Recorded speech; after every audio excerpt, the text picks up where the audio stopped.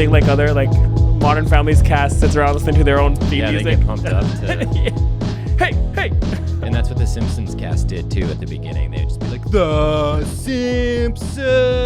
876-54321, 876-543... All right. Hello, welcome to Blue Sky, episode 4. I am Adeel. And I am Jono. And we'll be hosting you today. And every day. And every episode. Not every day. I need days off. That's true. Every episode. Every day that we do this, we'll be hosting. Yeah, yes. That's clear. We're a very clear podcast. Yeah. We like to go thorough. We have to manage expectations. Yes. Because when I leave this apartment, we don't talk.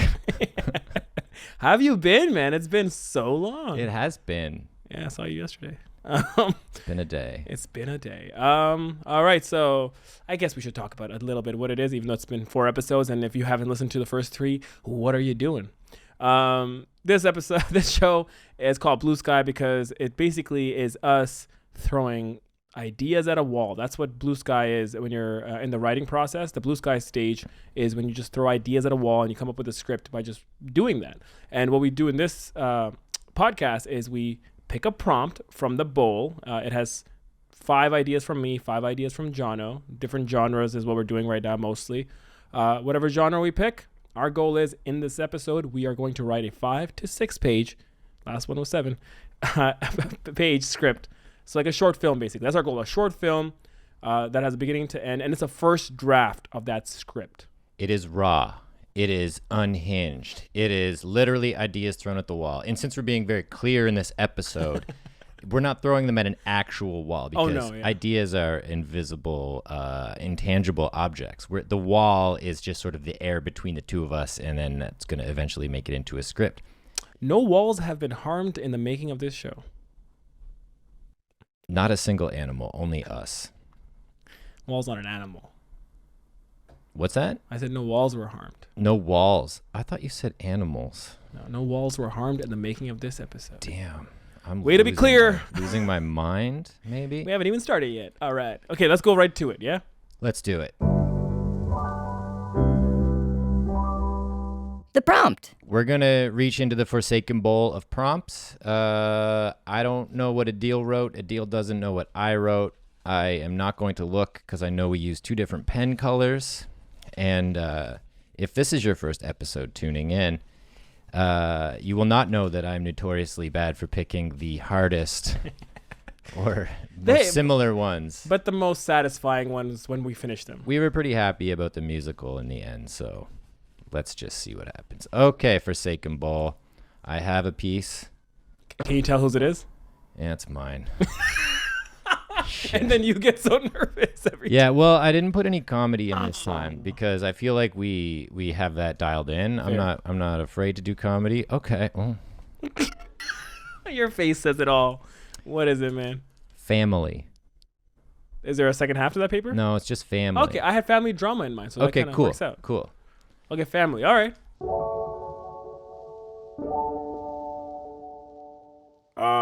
This is the Blue Sky part. Family. And okay, but here's the thing. You said you didn't put comedy, but we can. I think it could be a comedy. I think that even a family drama would have a bit of comedy because you need to like have the sort of camaraderie of a family and have the release of the tension. So that makes sense. Yeah, that's kind of different because there's family comedies and family dramas, and then right like there's the 2 genres. You know what movie comes to mind? Have you ever seen? Let me double check if that's the name of it. Yeah, this is one of my favorite family and drama comedy. Yeah, they're usually drama comedies. Yeah. Unless I was thinking Cheaper by the Dozen, that's a comedy. Right. But drama comedies. Have you ever seen This Is Where I Leave You? No. Oh man, it's Sean Levy. You know Sean Levy, the director? Yes. I couldn't name a single film. He's a producer on Stranger Things. He directed Free Guy. He directed Adam Project. He's directing the next Deadpool.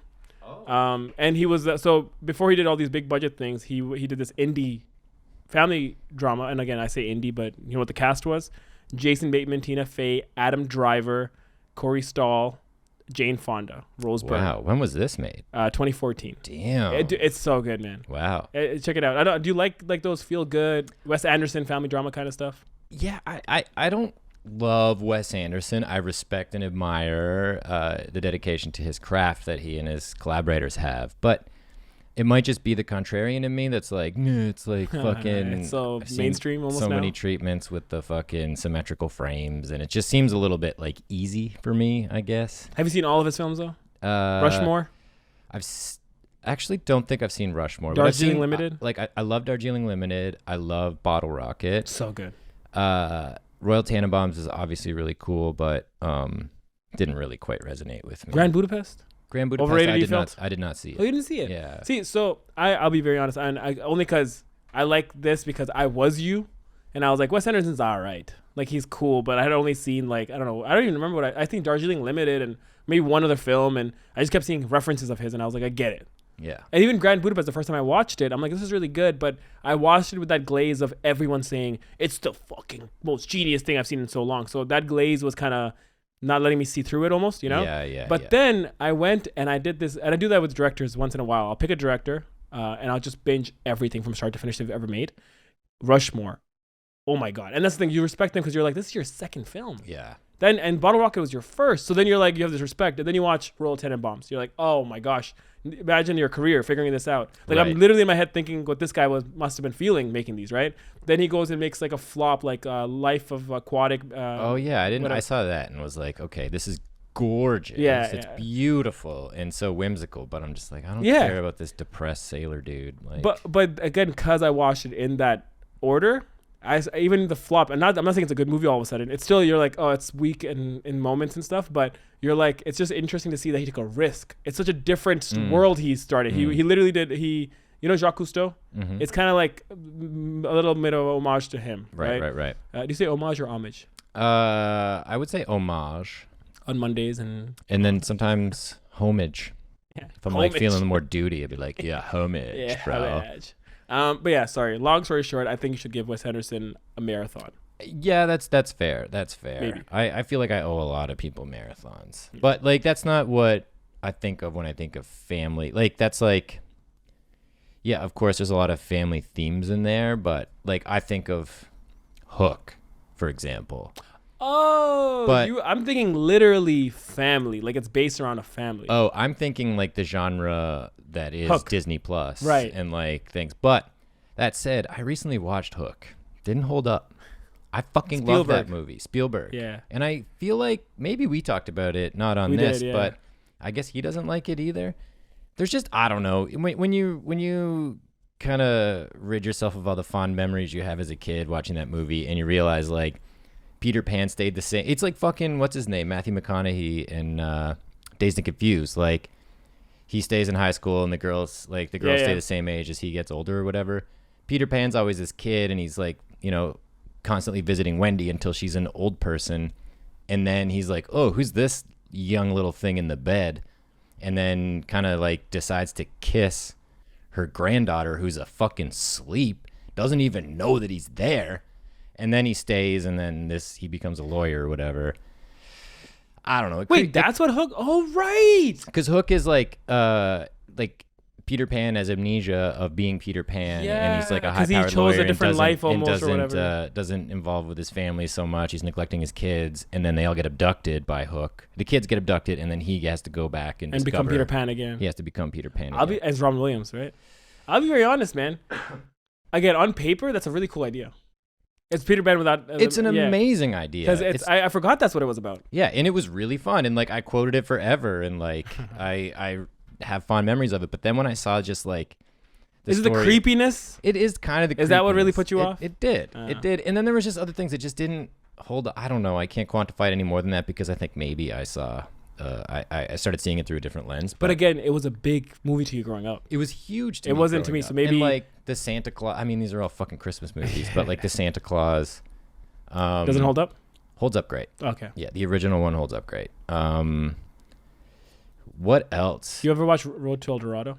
No. That's a cartoon movie, but that's a great fucking cartoon movie. Hmm. Okay, sorry, yeah. So we got to figure this out because that's interesting. You are right. That's the family genre. I was just thinking because I wrote family drama.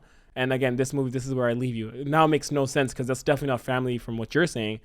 This is where I leave you that drama I'm telling you about with Jason Bateman and all them. It's about a family meeting, coming together because their dad died. And it's like they have to do, I think it's called Shiva. It's like a Jewish Yeah, sitting Shiva. Or sitting something. Shiva, yeah. So they have to sit Shiva. because their dad died, and it's like about that week or whatever. Mm. I can't remember how long it takes, but it's really beautiful because it's like they're all. I mean, it's funny too because it's Bateman in them, but it's like they're siblings who come together after so long because of their Right. Their dad died, and then you're seeing them in that house. They have to stay in the house or whatever. Right. So it's really fun to watch. But I don't know. That's what I'm thinking. So what are we? Let's clarify that. What is our prompt today? So You wrote it. I wrote it with the intent of like a youth oriented sort of adventure film, but Mhm. I think there's more meat in some kind of thing like that, like meeting at a funeral or Like a family, like just like genre. like using the family dynamic in Yeah, whatever yeah. way we can, as opposed Yeah. to just being like, here's a movie on the Family Channel, you know? Yeah, I mean, when you say that, I'm like, are we gonna write High School Musical right now? I'm so down. Yeah. No songs though. High School yeah. Musical with no songs. You ever watch the Family Channel film? It was like they once in a while drop some really good ones, like Eddie's $1 Million Cook-Off. No. It's Sounds about this familiar, kid. He plays baseball, but he has this passion to cook, and his dad wants him to play baseball. It's like a really like fun movie, Mm. and then he has to. And the movie leads to this moment where he has to basically decide: there's a cook-off is happening, and then the big baseball finals are happening, but they chooses to go to the cook-off.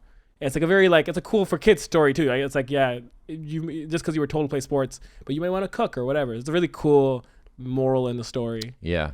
Yeah, so Yeah. that's again Family Channel, but we could find something that's like family oriented, Mm-hmm.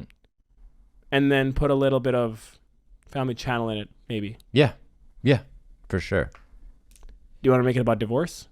Yeah, I could I like could do some divorce top. I could do some divorce talk. Okay, so should we move into our blue sky section? All right, so this is Blue sky. all right. How long did that take, first of all? That was 13 minutes. Cool. With a couple of false starts, so not bad. Okay. One movie that comes to mind when you say when I brought up divorce, but the reason I think of that is, have you ever seen Squid and the Whale? Yes. Oh, so good. Very great movie. Baumbach. Yeah, Baumbach is awesome. Yeah. Baumbach, like I feel like I put him and Wes Anderson in the same sort of Well, canon. Baumbach was a co-writer with Anderson Right. for years before, and then Squid and the Whale, he wrote to be like, hey Wes, can you, because they were buddies and Wes was a director, and he's like, can you direct this? And Wes is like, dude, this is your story basically, you direct it. So Wes actually pushed him to direct it. That's cool. Yeah. I like Baumbach because he was like a teacher, right? And he would like hire his students to help make films and stuff. And I can't remember his backstory. That's pretty cool though, if that's but weird though, he keeps like, I guess it's not weird. It's none of my business, but like he's often involved with the women that are in his movies, and then Oh, is they he? divorce because he was with Jennifer Jason Leigh for a while. Oh, you're right. And then he was with Greta Gerwig. He's still with Greta Gerwig, no? I don't know actually. Because he just co-wrote Barbie with her. they could be buds, like, you know, dating and friendship don't have to be in the same thing. Guys and girls can be just friends? They can. There's plutonic energy. But I like Baumbach because there's a rawness to his shit, you know? And that's why I like Bottle Rocket probably a lot more about Wes Anderson, because it just kind of, it's less measured, it's less like poised, and like I don't see the artifice. I get more into the emotions of the family just by a bit of a raw kind of approach to it.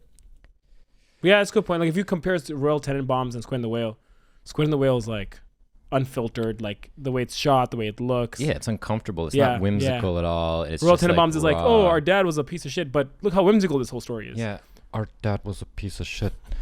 I want to go play tennis. And yeah. Napoleon Dynamite starring in a yeah, Wes Anderson Well, film. that's a really good connection, because that kind of like that feels Yeah. the same way to me. It's like a less goofy, like Yeah, higher it's budget yeah. Napoleon Dynamite. Damn, man, I love Wes, but that's a funny. Yeah. Okay. So divorce is easy fodder for sure. So is Reunion. Reunion. Even like Wedding. wedding, estranged, meeting like an estranged parent, like maybe like adopted main character meeting their actual birth parent for the first time. Yeah. Divorce seems good, and like Divorce seems good. What a sentence. Divorce seems like a good one, because like it could just be a quick scene. Like we don't have to do like a crazy arc for it. Like you could do the arc within like the parents telling the kids they're getting divorced and have a conversation there, but that might get a little stale. It's interesting because the whole short film can kind of revolve around the mom and dad breaking the news to the child. Mm-hmm. Or maybe they try to do like they give the kids a fun day, so like it tries to overshadow what's actually happening. Yeah. You know, are your parents together? Yeah. Mine are not. When was that? I was 24. Oh, wow. So like fucking more than 15 years ago. That's crazy. Yeah, I was. I'm like, is my mom gonna listen to this? Probably not. But I was like 24, and you know they seemed okay my whole life. And I remember my dad came to town. We went out for pizza, and he was like, "Yeah, you know how." Wait, time out. Your dad came to town. He came. Oh, so they're from the East Coast. I was living in Toronto at the Because I'm time. like, he's already not at home. So how did you not notice? Yeah. So my dad was visiting. Yeah. I hadn't seen him in 6 months. I was like, "What's up, Dad?" Yeah. Well, he was not around a lot when I was in high school because he was doing university here. Interesting. But anyway, he came. Wait, so sorry, just so backstory more. That means they're young parents. Like when they had you, they were young? No, they just like my dad just did the secondary education later. Okay, in makes life. sense. Yeah. But he was visiting Toronto, and we were at a pizza place, and I'm just like mowing down on cheese pizza that he just bought me because I was broke as shit. And he was like, "Yeah, you know how we're selling the old house back home?" And I'm like, "Yeah." And he's like, "Well, it turns out I'm not moving into the new house." And I'm like, So you're getting divorced? Like, it told me everything I needed to just deduce what was happening without actually saying it in classic, like, you know, boomer man style. No shade, Dad. I probably would have said the same thing, but it was just really funny and classic, like just the jilted man trying to like get the point across. It'd be funny if like he keeps doing it but you don't get it. He's like, "So are we moving in?" So you're like, "So you're gonna like get someone else to live there, then you and mom will live somewhere else?" He's like, "No," and he doesn't want to say it, but he keeps tossing stuff at you. Just really good. So we're gonna be in different houses. You're gonna buy 2 houses? No, that's not. No. And we're gonna be in different relationships. Yeah. I'm gonna have 2 moms and 2 dads? No. Well, kinda. Yeah. Yeah, that's funny. That's interesting. So you never noticed it growing up, and then they were totally fine, but like we never know what people are Yeah. vibing with behind the scenes, and like parents tend to kind of shield their kids from the reality of it. Yeah. I like my aunt and uncle got divorced when I was a kid, and that was like a pretty big thing for the kids, but we were all, you know, early teens, late, like, you know, 5-6 years old to early teens kind of thing, like me and my cousins. And so it was a lot harder to understand. But when I was 24, it was just like, are you guys okay? Like, is everything good? It wasn't like I'm devastated, I'm gonna hate my parents. Yeah.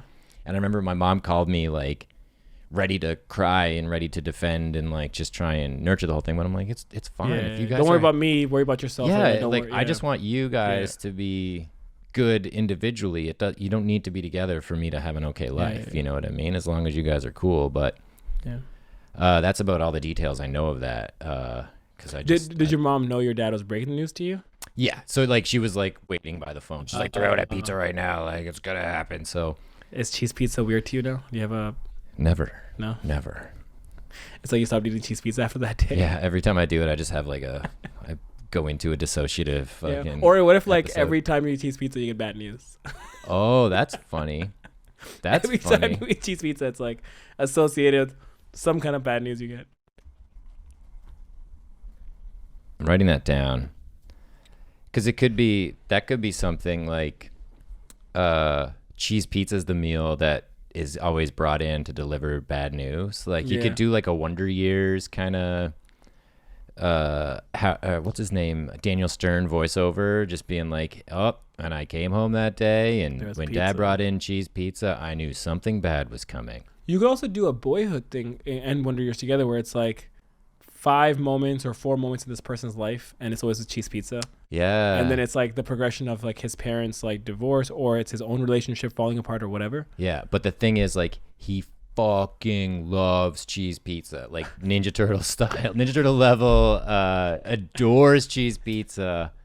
So it's always like super tempting, and he's like, I see it like roasting in the heat lamp and at Pizza Olio or whatever, but I can't go in there because if I take a bite of that, something bad's gonna happen, you know?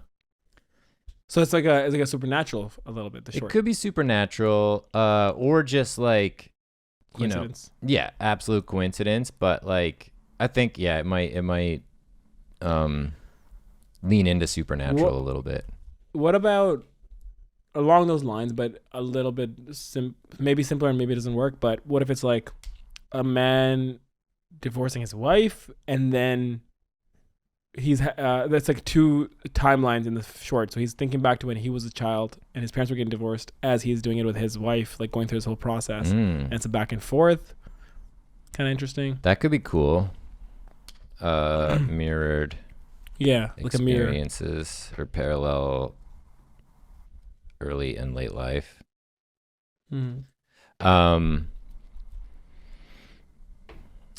I like that too. Yeah, because like in family movies, like the divorce is usually like used to the kid is sort of the fulcrum or like the focal point of that. I find in a lot of like younger oriented movies, and the parents are getting divorced and the kids have to deal with the ramifications. But like, what's an interesting spin on that? Well, how about a bit of both family and family drama or family related? Is the whole film think a little bit like Pan's Labyrinth, but not as much as dark. But it's like it's in this world that this kid is going through an adventure, like a hero's journey, a little bit. And when it ends, you realize. Sorry, is that my voice speaking? No, it's good. And then you realize that it was just a metaphor for him putting off talking to his parents about the divorce. You know what I mean? Like, sorry, that was so not complete. So it's like this made up world, imaginary world. He's in it. Maybe there's imaginary creatures in it. It's a very quick short about this like fantastical place.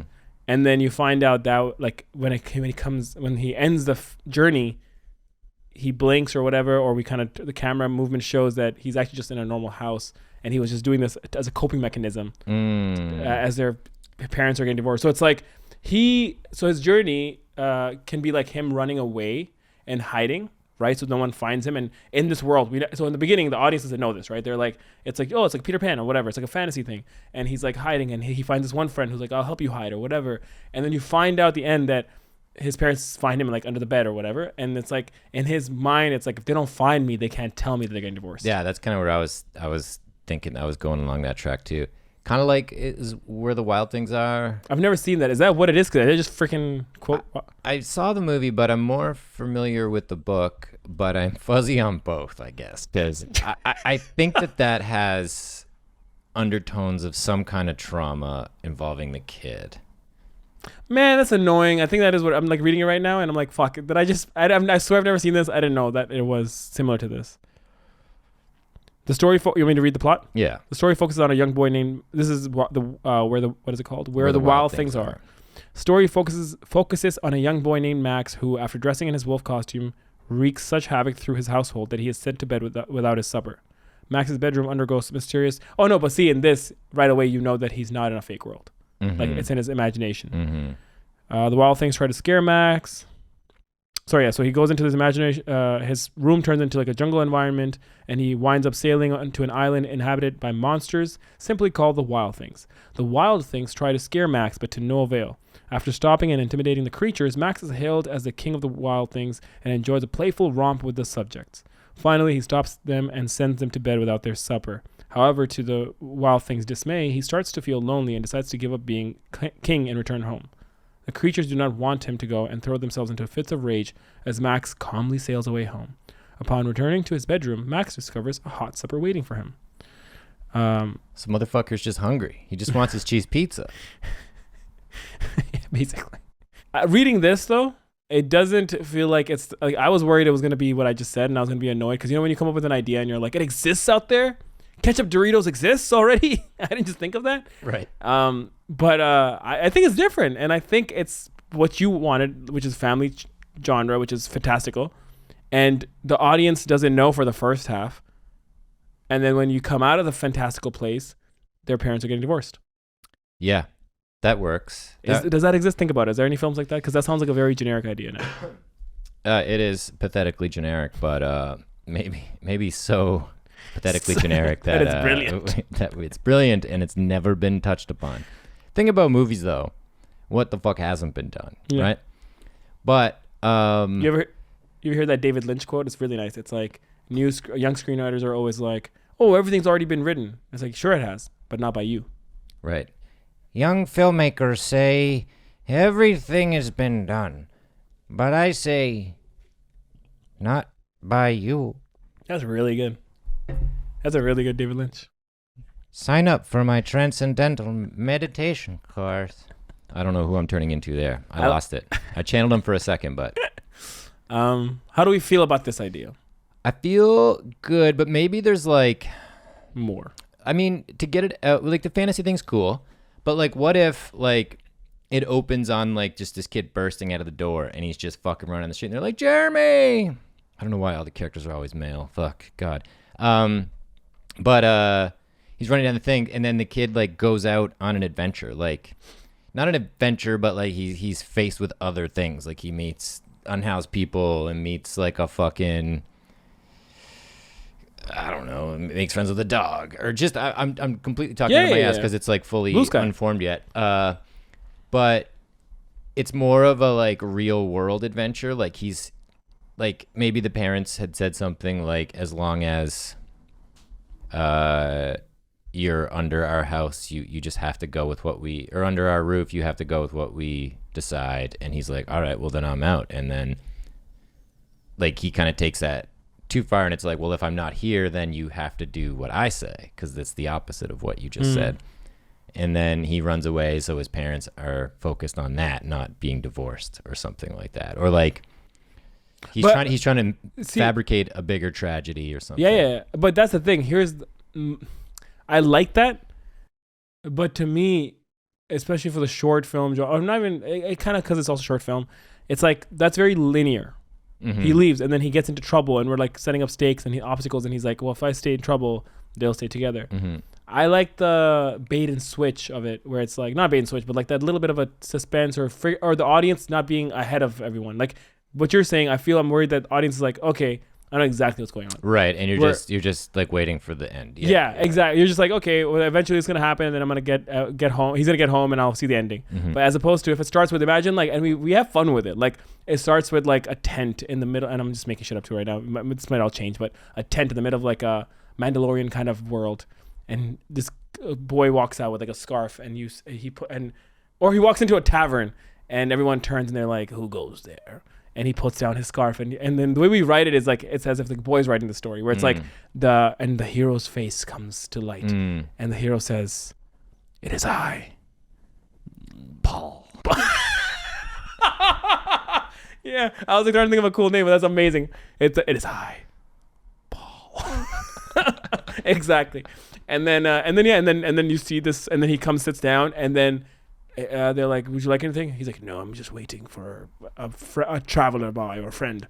And someone walks in, and they sit down and they go, Paul? And then he has this conversation with this guy, and he's like, you know what I'm looking for? And like, like it's like Han Solo or some shit, or some other character trying to find, like, I need a ride out of town or whatever, or some kind of magical wand, or what. We figured that, what's that thing called? The MacGuffin, where it's like a random object, or it's a real object, like the ring from Lord of the Rings, where he's like, I need this ring to make me invisible or whatever, right?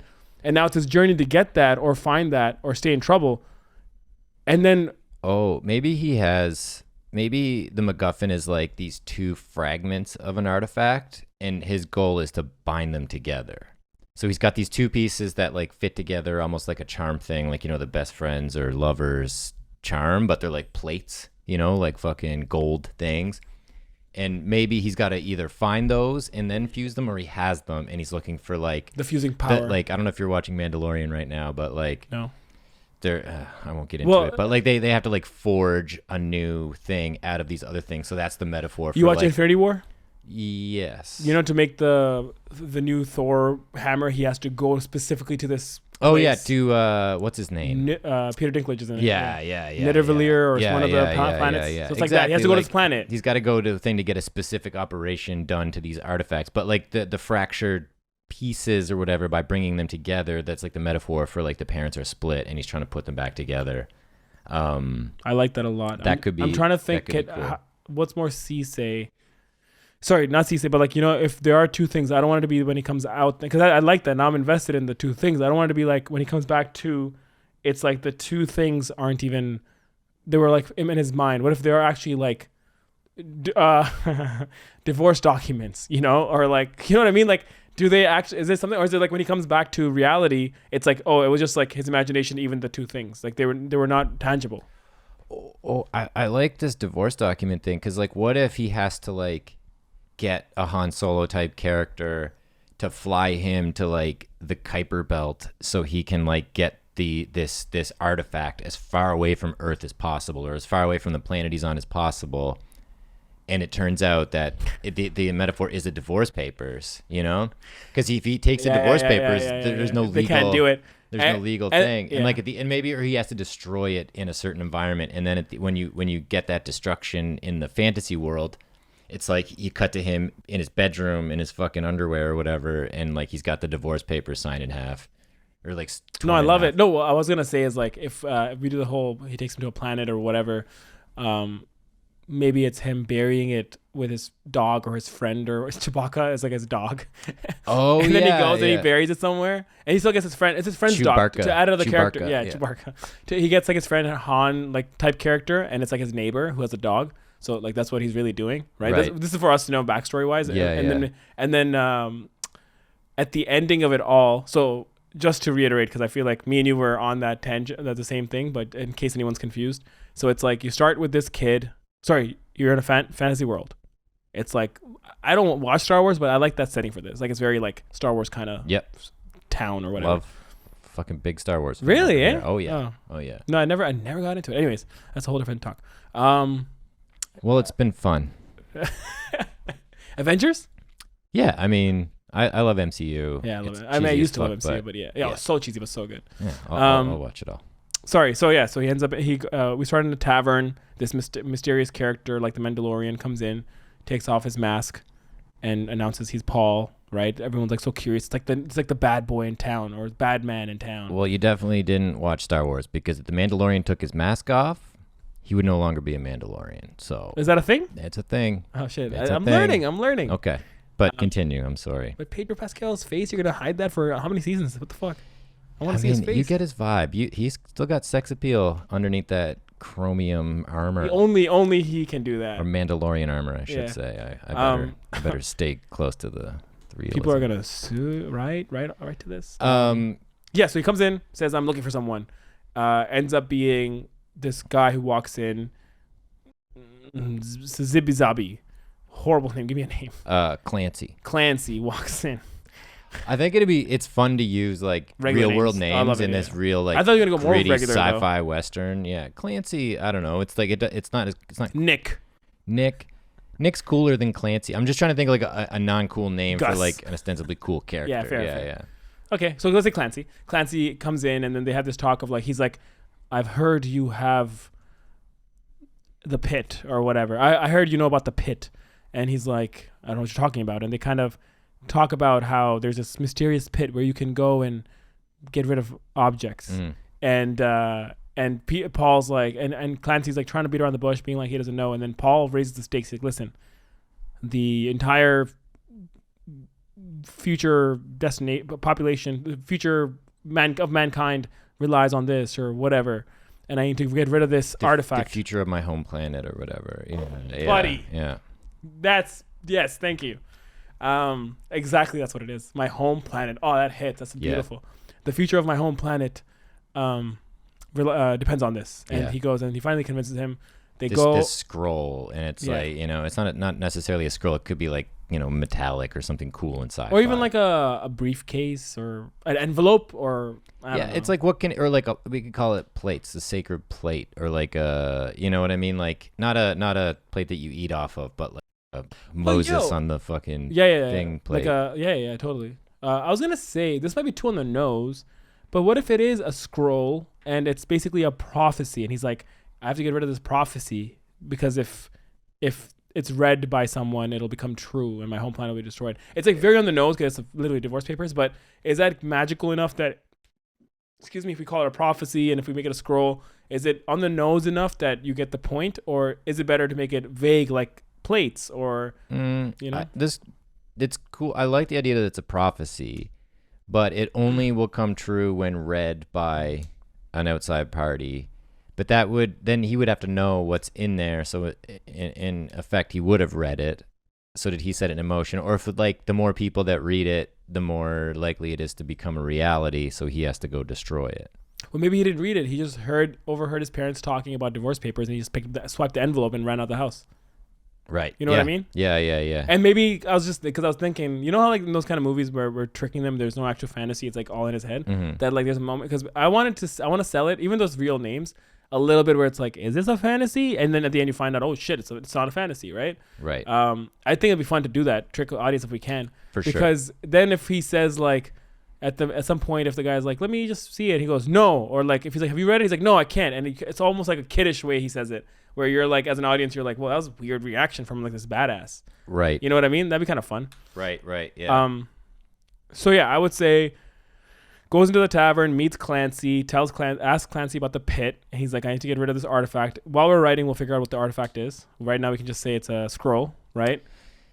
Yeah, scroll and like, what's the farthest you can get me in the galaxy? Well, no, I think he should call it something.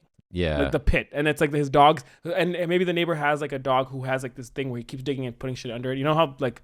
Yeah, well, it could be like a pit bull that like is an insane digger or something, you know, like it's just constantly like there's just craters in the backyard that it's and always that's where getting dirt out. Yeah. So then he goes, okay, but we have to go when, and then the funny thing is Clancy's like a kid too. So Clancy's like, we just can't let my parents see this. So then he gives him a name. Like he's like, we just have to go when the Watchers aren't there. The Watchers. Something like that, right? Yeah. And it's his parents he's talking about though. And he's like, the Watchers aren't there. And then, and they're maybe they're being chased, right? Like, well, I was gonna say, so we set up the stakes now. We have to get to this pit. So that's like our first page and a half. We should be at a point where it's like, stakes are, we have the scroll, we got to get to this place. Now the journey should be another 2 pages long at least, if not 3. What is it? Is it chase? What are you thinking? It doesn't have to be chase. It could be more of a stealth thing combined with a bit of a chase. I just think there needs to be like, as if it's just like a straight journey out to the pit and then we bait and switch, there needs to be obstacle in 100%. 100%. So in reality, what are the obstacles in real life? And then we can make the fantasy version of it. To not get your parents divorced? No. The journey to go to his backyard and bury him. Yeah. I'm just trying to think of, like the actual practical non-fantasy aspect. Because then we can convert it easily, no? Yeah. While we chew on that, I just was looking up how to get a divorce. Jesus Christ. Just to see what kind of terminology and stuff that we could get. But your Instagram ads are going to be so weird. Yeah. Star Wars and divorce.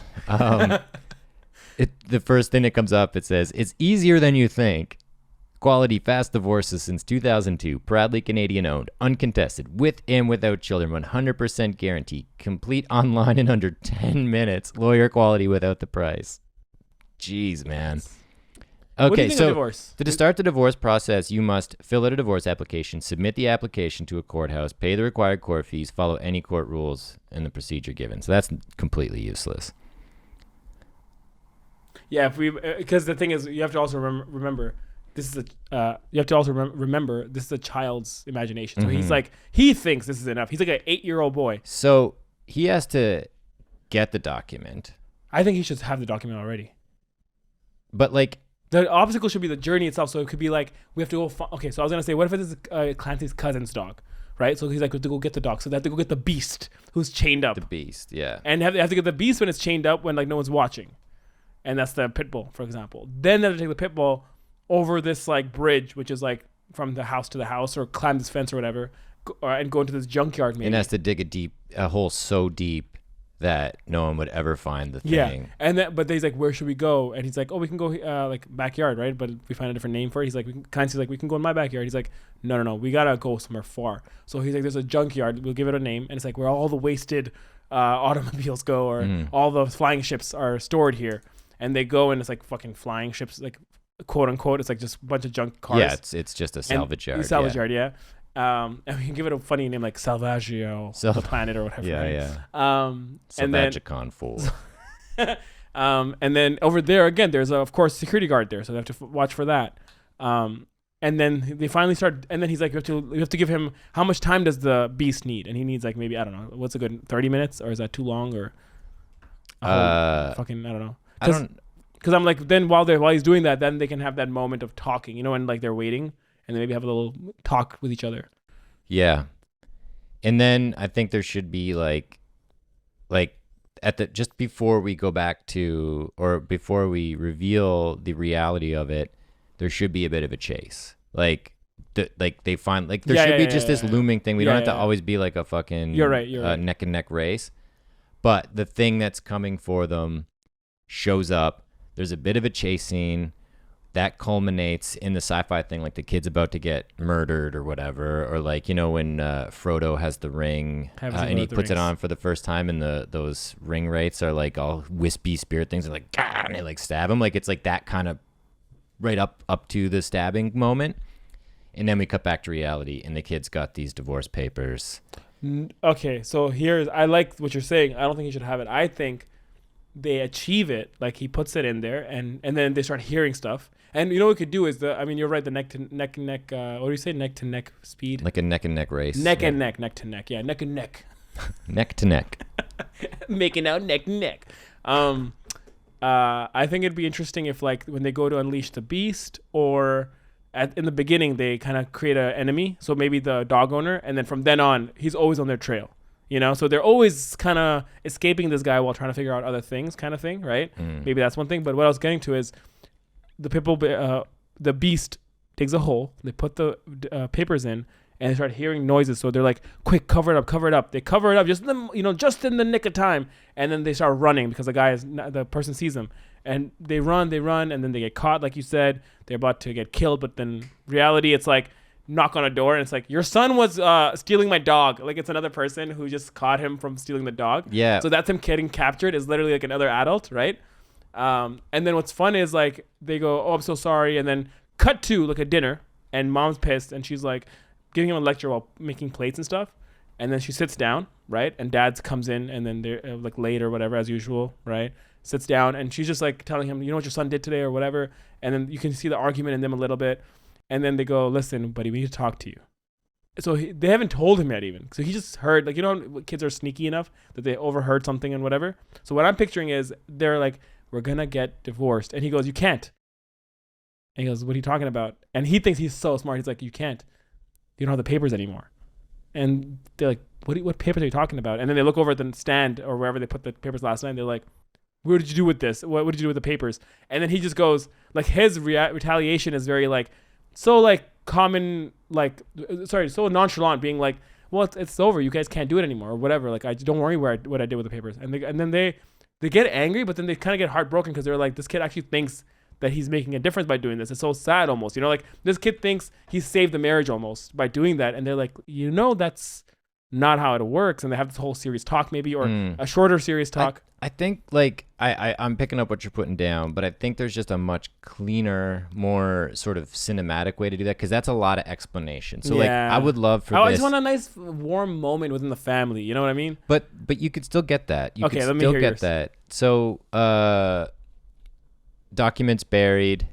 They have to take off. Like, they go. I love the idea of stealing someone else's dog. Like, maybe it's not the cousin's dog. Like, he enlists a cousin or whoever. They steal from the cousin, even whatever. Or the dog is stolen. So there's yet another person out there looking for them. The dog is like happy to be stolen. Like, it doesn't care. He just gets to dig. So it's awesome.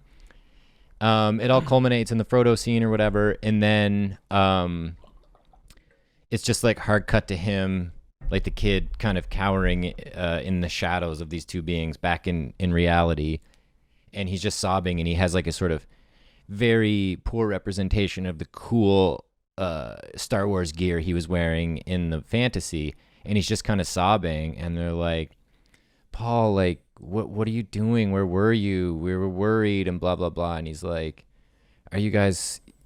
I was just trying to save your marriage." And, like, there's obvious tension between the parents. Like, there's a little thing, and they kind of still don't know what's going on. And then the beast comes back, because, like, they left the beast, they ran away, and they let him still dig or whatever. And the beast comes back with the divorce papers in his mouth, and they're like destroyed or something. And they're like, that's how it's revealed that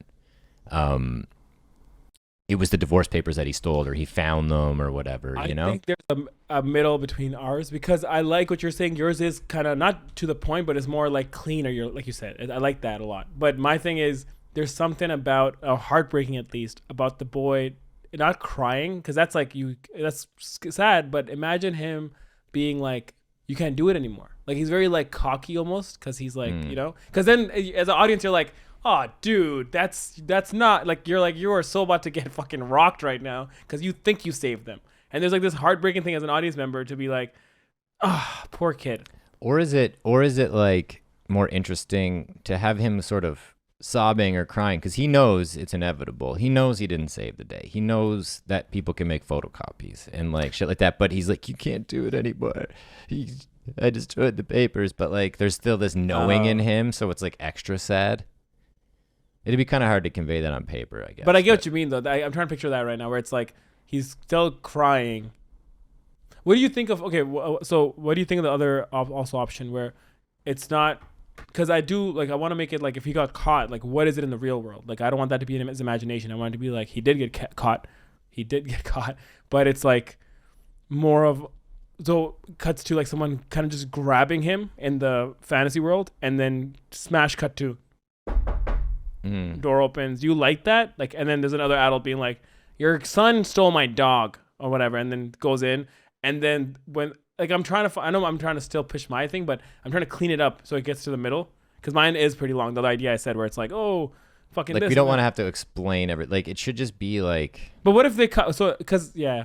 Implied. Or like, does it come back and he's in the back of a police cruiser and the parents are just outside the window yelling at each other and we don't hear them and he's just like watching them with tears in his eyes. You know what I mean? Like you don't say any of it. Like you try and just imply everything and make it very like. I'm usually a big like I like that a lot, what you're saying, less is more kind of thing, because then it's like you got to fill in the blanks. I'm just worried, does it hit?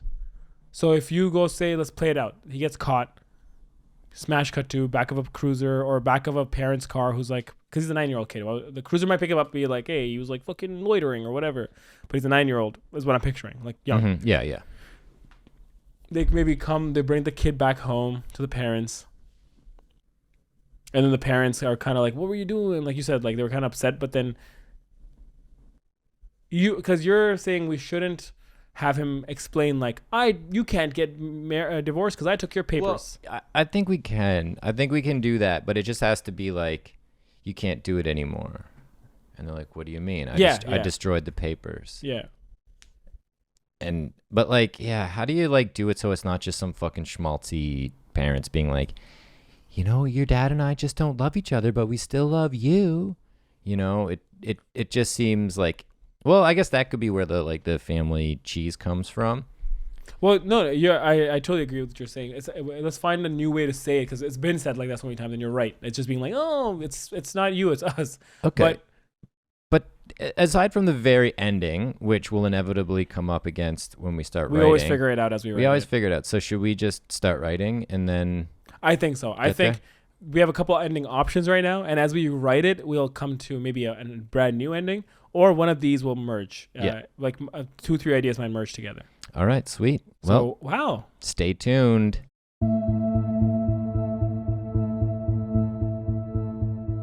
And now, Salvage. Exterior, desert on a distant planet. A low-hanging sun dimly illuminates the alien landscape. A small hut made of tech trash and space-age tarps that flap noisily in the high winds. Two shadowy figures stand outside the hut. They speak in hushed, argumentative tones, but we can't make out the words. Soon we see another shadowy figure, male, much smaller than the other two, sneak into the hut undetected. Interior, hut, continuous. The shadowy figure is no more than 4 feet tall, covered from head to toe in a duster and goggles, the common garb for such an inhospitable place. He is tearing the hut apart, opening compartments and searching under scrappy furniture, looking for something. Finally, he finds a sealed box and opens it. He reaches inside and delicately reveals an ancient scroll. He examines it with relief and reverence, the waning sun backlighting this clearly sacred object. Cut to, exterior, desert on a distant planet, continuous. The goggled figure climbs out of a window of the hut. Cut to, exterior, outer space. A small, bicycle-like ship zips out of orbit and off-screen. Title card, Salvage. Cut 2, interior tavern, later. Patrons of all types sit and drink away the pain of their existence. The smoky tavern is reminiscent of the Mos Eisley spaceport in Star Wars. Lizardmen, androids, space cowboys, mysterious Jedi-like people in robes. The vibe is harsh, but our hero seems unbothered and steps confidently up to the bar. He unwraps the scarf obscuring his jaw and removes his dusty goggles, revealing that we've been following a 9-year-old boy. The entire bar takes in this unexpected sight. Scrag, the elephant-like alien bartender, scoffs at him coarsely. Who goes there? A beat. I am Paul. A lizard man with 4 eyes from a nearby table stands to confront him. Well, you don't belong here, Paul. The lizard man puts his hand on the lilt of a blaster with a vicious bayonet on the front. But before he can draw it, a robed man steps out of the washroom and into the tense situation. This is Clancy, much taller and much more mature looking than our hero. Relax, 4 eyes, kids with me. Interior tavern a few minutes later. Paul and Clancy sit in a corner booth, with steaming hot drinks and the scroll resting between them on the table. Clancy's hood is down and we see he's no older than 16. There is a place, the Salvage block. No man goes there, just some drifters of no consequence. It's not far. We'll need the beast. Clancy throws his hands in the air. Well, you can count me out. Please, the future of my home planet depends on it. Clancy laughs. Ha! Let's hear you say that when the beast tears you limb from limb. That won't happen. Naive as ever. A beat. You know there'll be watchers. You gonna help me or not? Off Clancy's look. Cut 2. Exterior, the mouth of a cave. Later. Paul and Clancy stand side by side at the gnarled, rocky entrance to a cave. Clancy glances at a nearby hut. There are lights and other signs of activity inside.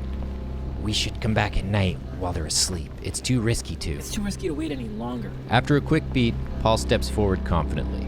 To Clancy's horror, the young boy begins to whistle. Paul, stop it! Paul continues. You're gonna get us killed, you doofus! 2 glowing red eyes emerge from inside the cave. The jingle of a massive chain echoes inside. The beast's eyes get bigger and bigger as it emerges from the cave.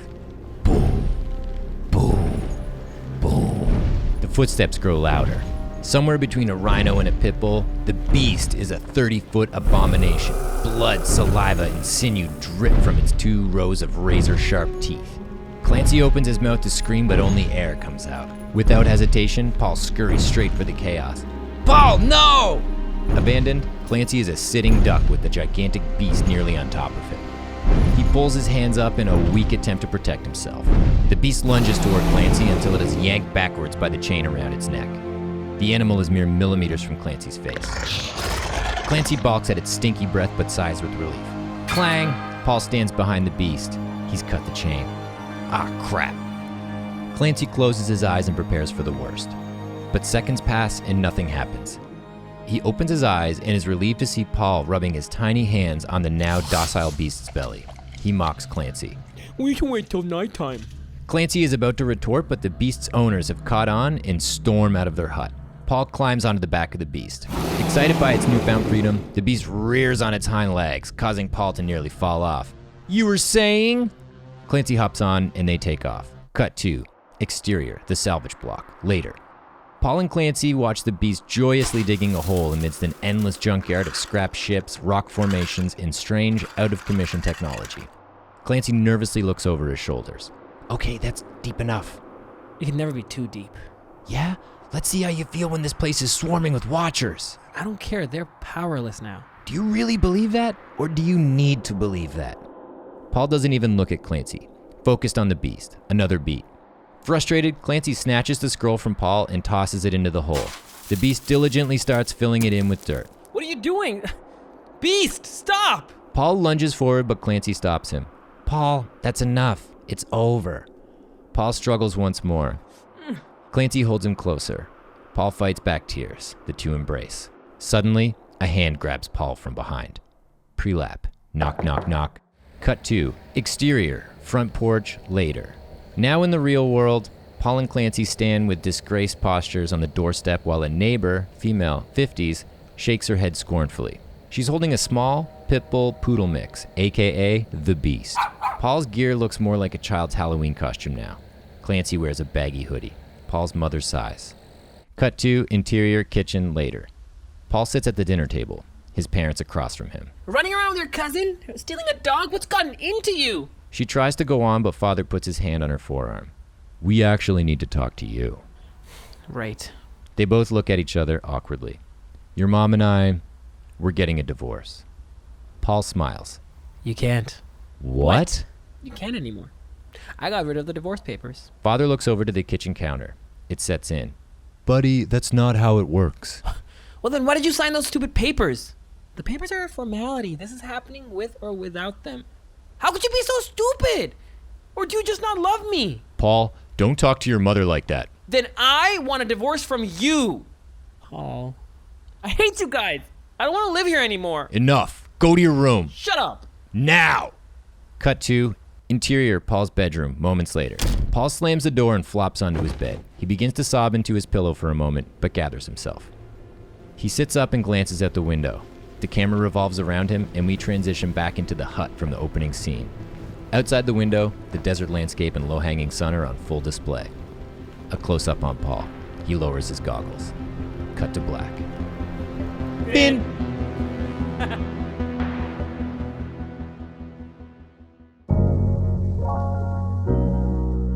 In conclusion. Okay, well, there you have it.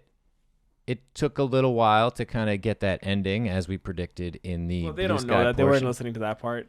Oh, well, we're just being honest. I'm being honest with you, and We had... should I start that again? Let's start that again. I'll just start it Okay, again. cool. Okay. Well, there you have it. Great little family adventure Let's start that sci-fi. again. You start this one. All right. As another script under the belt. Yes. I think that's what they say. That was fun. We got very sci-fi with it. We did. And I'll be honest, I feel like you were super into how much you could use sci-fi and the Mostly Star Wars Star stuff, Wars yeah. world. Yeah, you were really enjoying it, especially the action. Like, this is the most detailed action we've done yet. That's true. And yeah. I think it would have been 5 pages maybe if we. But I'll be honest, you did set the world by doing that, because we write these together. But there's moments, and each script is a bit different. Someone takes gets into a rhythm and is like, okay, it starts writing more. And this one, I felt like you were just like really feeling the lore. Yeah, and because really I could see the world in my head, yeah. you know, in the mid journey inside my brain. I could really feel that. Yeah. It It was fun, but I was gonna say, we made a sci-fi fantasy film with a family channel / family drama hook to it. Yeah. So we achieved what we set out to do. I was saying this to you earlier. I think when we paused for a bit, the cameras, where I was like, there was a moment when we were leaving Blue Sky and going into the writing portion, when I'm like, oh, I think this is finally, today's the day. And I feel like that every time mostly, but it's like, today's the day where we're gonna find out we're just flukes and we're not gonna come up with anything. But we stumbled onto a pretty decent script. Yeah, for sure. Hopefully. And I'm really happy with the ending. I think it like really ties the whole thing together. It's open ended, but on the same coin, it kind of it closes that loop. I really wanted to color in. We were talking a lot about sort of the subtext that y'all would never actually see, and like, okay, so he's gonna go to a junkyard, so that's the salvage planet. He's gonna go get the beast, so that's the neighbor's backyard, and it's the dog. He's and flying out in a space. the cave is a doghouse. And the cave is a doghouse, and the little bicycle-like spaceship that we struggled to make sound cooler is his bike. You know, it's all these things. And then there was like the lizard man and stuff in the Mos Eisley spaceport. And that's his cousin's friends hanging And that's his out in the cousin's basement. stoner friends hanging out in the cousins. And I really wanted to bring back Four Eyes to kind of call it back, to really layer that in there. But it just kind of felt shoehorned in. So those are my only, like, I wish we would have done. I wanted that. More fleshed out. Well, just like little tiny callbacks that can sort of paint the world. But like, it would have just maybe been messier, just like less lean. Yeah. I feel you, and yeah, I know that's one of those things where it's a first draft, right? So when we're writing these first drafts, we're trying to write them as if they're not first drafts, because let's be honest, in a first draft, you're almost like, let's just get it on the paper, right? Let's finish the page. And then on the second draft, we'll go color these things in where we'll do a callback. And like, that's how I like doing it too, where it's like you have these ideas and you get it out. And then when you go for your second draft, you're like, ooh, he says this in the 6th page. On the second page, I'm going to foreshadow it because now I know this is going to happen on 6th page, right? But because we know we're going to read this out and people are going to listen to it, we're like, oh man, let's just add these things now. But it's hard for us to kind of control that sometimes and not really like, this is still a very rough script. But it's really hard for us to do that because we're like, we're going to present this to people. Yeah. Like the perfectionist inside me is just yelling like, no, one more pass, one more pass. And I feel like this section is quite often dedicated to us being like, it's a first draft, it's raw. And we kind of have to dismantle that perfectionism in our brains to in order to get through it. But on that thought though, one thing about it, even though we didn't go back or we didn't afterwards show lizard is the 4 eyes, and we didn't kind of clarify the cave was the dog house. We didn't clarify like all these things, the tavern being the basement, all these things, right? A part of me, if we didn't clarify all of it, say the lizard joke, right? That would have been a 10-page script there, But also by not clarifying, I'm hoping it leaves people with like, if say this film got made, right? Because that's the thing, we're talking about this right now. I think it's a fun exercise. It's a fun script that we wrote. Say you were to make this film after like 3 more passes, and even then, if we don't clarify too many of these things, then you make the film, and at the end of it, when you find out it's like it was all like an imaginary dream, I'm hoping people will then start thinking like, so if the scroll was divorce papers, the beast was obviously a dog. Yeah, okay. Oh, then that means when they went to the cave, must have been the doghouse. Yeah. I'm hoping people are starting to put it together. And we don't have to tell them all these things because that's the fun. That's what makes you want to watch the movie again. You know, like Inception has so many of those moments. I will mention Inception in every friggin' episode, all right? It has so many of those moments where you watch it again and you're like, oh, that's what that was later, and that's what that was before. Yeah, I think the logic is all still very sound. It's just like, I think so, yeah. Yeah, with 4 more passes, it would be a lot more. But old Clancy got roped along for a harrowing journey with a Pitbull Poodle mix that they rode to the junkyard. So you said what you wish we could have changed. But I get all the callbacks make them stronger. That's a very good wish. Yeah. What's your favorite thing about this? The ending. Oh yeah, which we took forever to get to, dude. Yeah. Again, we were like, "What the fuck is the ending for this?" Yeah. And it was so simple if you think about it. Yeah. No, it was the most logical place to do it and the most short film way to do it ever. Where it's just he's back in that world. You know, he puts his goggles on and then the fucking Batman dun dun dun dun dun plays and then you end it. You know, like it's just such a awesome way, and maybe because that's like the freshest idea we had, and it also like helped us finish writing it. Yeah, maybe the relief of that idea is what makes me like it more. But I do feel like it's the most succinct way to close that loop, because like we could have had 4 pages of like, you know, mom honey, and dad. it's not your fault. Oh, we love you. We'll always love you, and like you'll have 2 parents now, and you'll get double Christmas, and blah blah blah. It's like all that shit's kind of not important. What's really important is how Paul is dealing with it, which is escapism, and kind of the parents also not fully dealing with it. So like Paul knew his parents were getting divorced before they told him. So he's already light years ahead of them, and it speaks to the sort of like inability to communicate these heavy emotional topics to a 9-year-old, and like it all just feels nice. So in a way we did kind of gloss over the divorce reveal, but I feel like in real life, we always gloss over the divorce reveal. No, that's very well said. You know, like we're selling the house, but I'm not moving into it.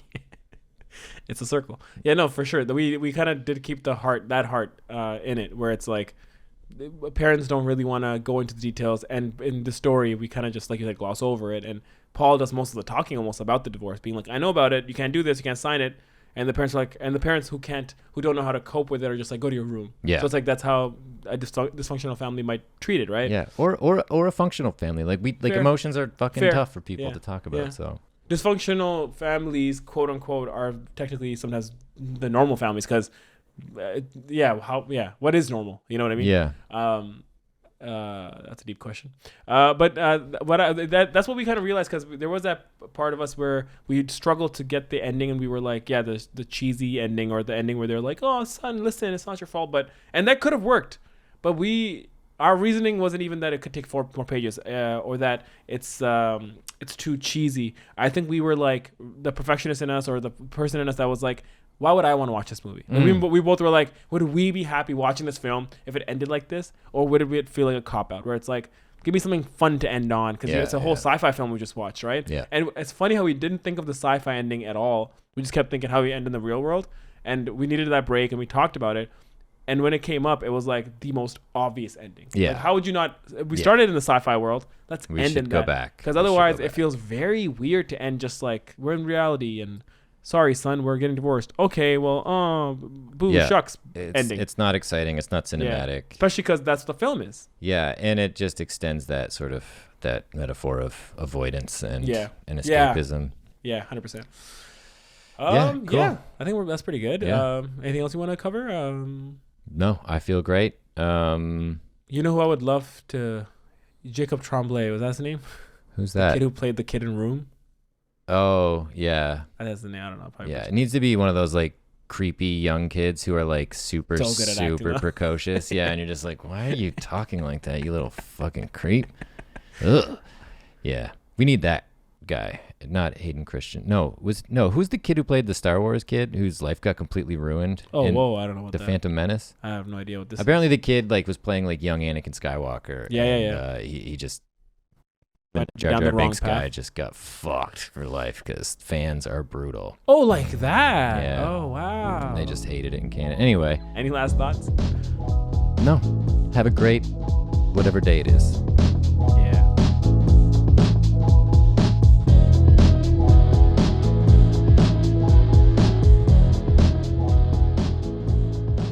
The Blue Sky Podcast is produced by Adeel Shamsi and Jono Hunter, edited by Justin Stevenson, and this voiceover recorded by Kevin Brown. If you have an idea for a prompt, email us at theblueskypodcast@gmail.com or DM us at theblueskypodcast on Instagram.